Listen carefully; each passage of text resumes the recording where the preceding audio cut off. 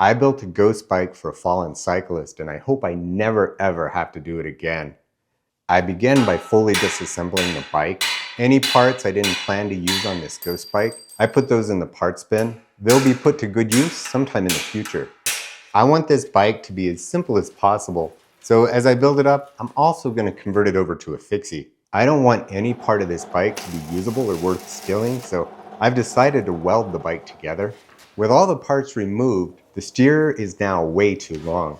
I marked its new length and I cut it down with a bandsaw. I then welded the fork to the frame. A fixie doesn't need cable stops or a derailleur hanger, so I cut those off. Once I get the bike put together, sanding it for paint is really going to be difficult. This is my last opportunity, so I took it and I sanded the frame.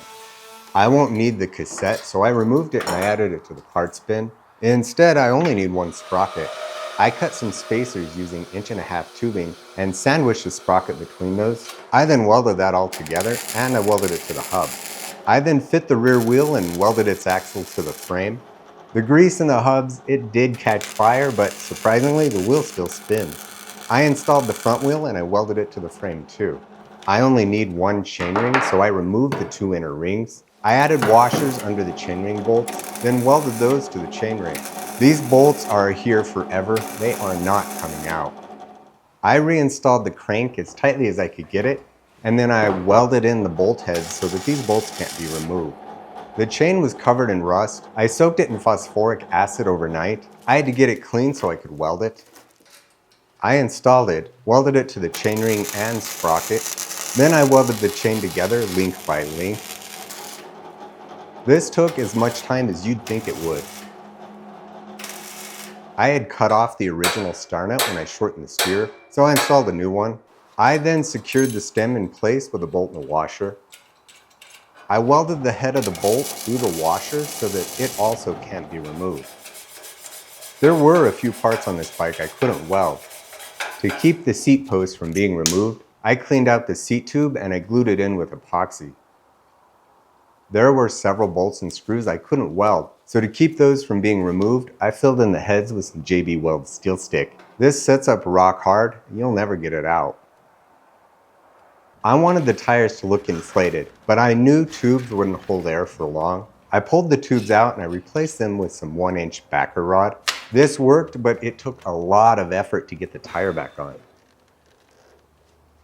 I wanted this ghost bike to look like it was chained in place. I wanted the chain to look like it was floating, so I rolled it to shape and welded the links together.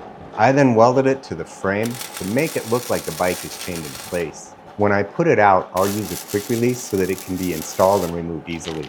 I finished by painting the entire bike white. This is when it really hit me emotionally.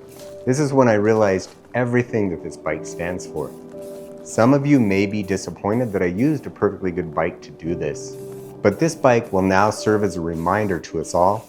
I think that that is a much more important use for this bike than letting it sit in somebody's garage unridden. I could have just spray painted this bike white and been done in 5 minutes, but for me, the process of building it was much more important than the result.